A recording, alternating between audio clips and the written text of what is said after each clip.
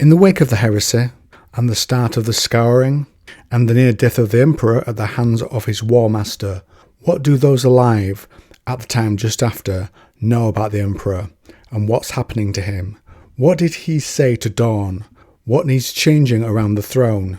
Who works to keep his body alive? That's the ashes of the Imperium lore we go over in this video. So, welcome friends to another 40k video, and let's begin. In this first excerpt we have Dawn speaking to Archmanus as he brought the Emperor down off the vengeful spirit where he was almost slain. Dawn says to Archmanus, "I came back from that ship with him, the world bending around us. The ship was the palace, then it wasn't, and we had to make our way through it all. He could not speak. I believed he would die. I remember the despair of that. After all that had taken place, we were still going to lose it all. What came back with us? Was it him even? I think so. A part of him, at the least. But his body it barely deserved the name. We took him to the throne. Even that was failing. The chamber was crawling with priests, screaming this and that. The roof was caving in. Some of it was on fire. Constantine was almost mad, I think. He couldn't speak. I wasn't much better. It fell to me, in the end, to carry him. And that saved him?" A haunted look ran across Dawn's face. "Aye, it did save him. Or maybe not.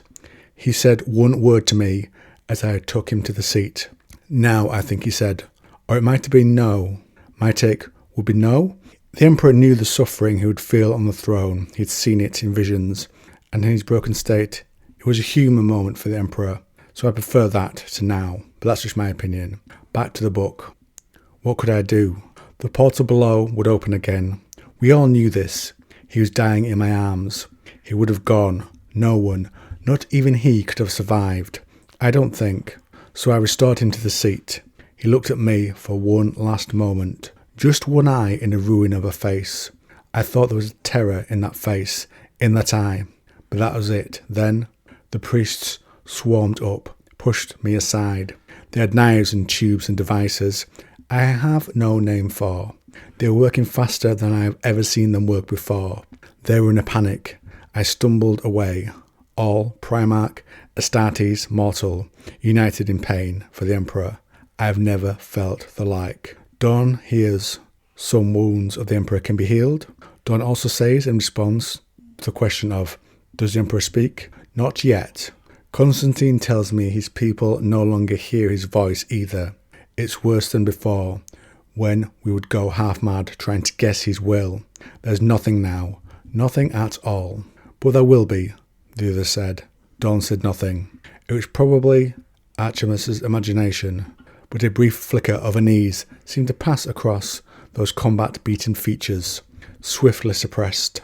Maybe Dawn here, having seen what he has suspected, his father might not return, and I love the possible no and the moment of fear for the Emperor.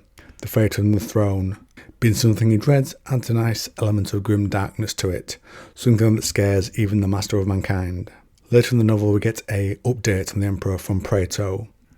The Emperor remained deep in the dungeon, attended to by the finest surgeons and tech priests. Zagreus Kane, who had been by his side since the return to Terra, would return there as soon as he could. The rumour was that the throne's mechanisms were still in need of attention, and a second phase of work was underway to shore them up. It had become widely accepted that the Emperor's wounds required a sustained period of recovery within the arcane machine, though no official proclamation had been made to that effect. Most of Prato's sources seemed to believe that the Emperor would remain in place there for months at least before emerging again, perhaps longer. That was dangerous.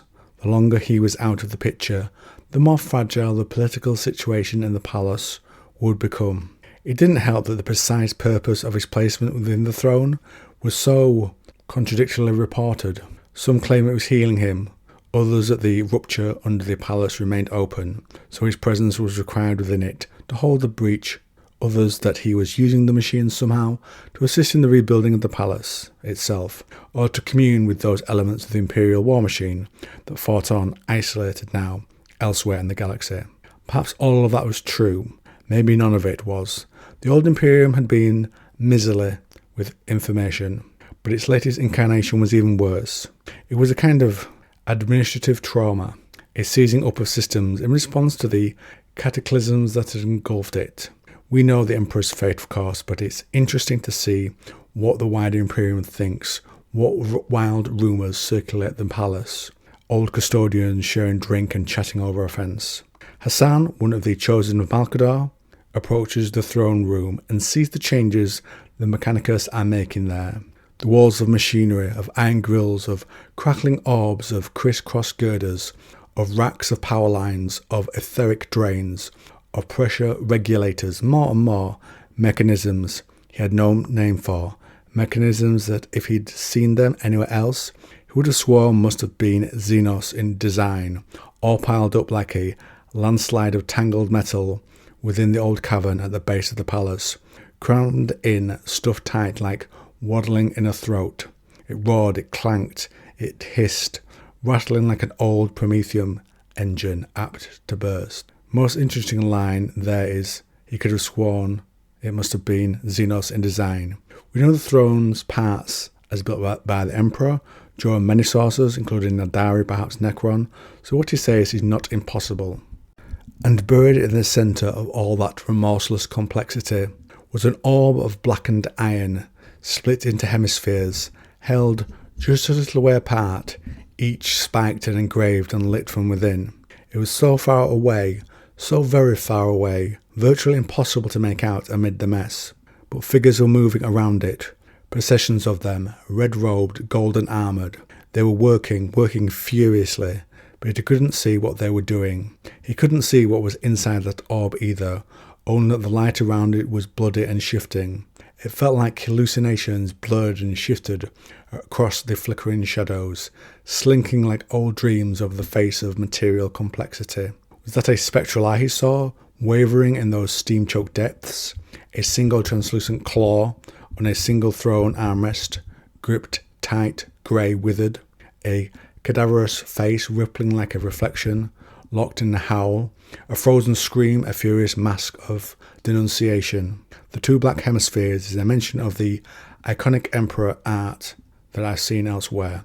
I've hopefully got it on the screen for you now, and the final update within the novel on the Big E's health. Mauthausen laughed. So it is, and so is everything. She took a deep breath. I don't really know why they told me all this. Perhaps they're so powerful now it doesn't matter. Or maybe just to get me off their backs. But there isn't temporary. He's not recovering. They can't even say whether he'll live. You'll remember what happened before during the siege. They brought in psychers, hundreds of them, to power the throne, while he left it. And then once again, when the master was failing. Hassan nodded. It had been a vile extremity, though there had been no other choice. They're going to do it again, Mauthausen said. They need to, and again, for as long as it takes until he speaks once more. And for that they need the black ships.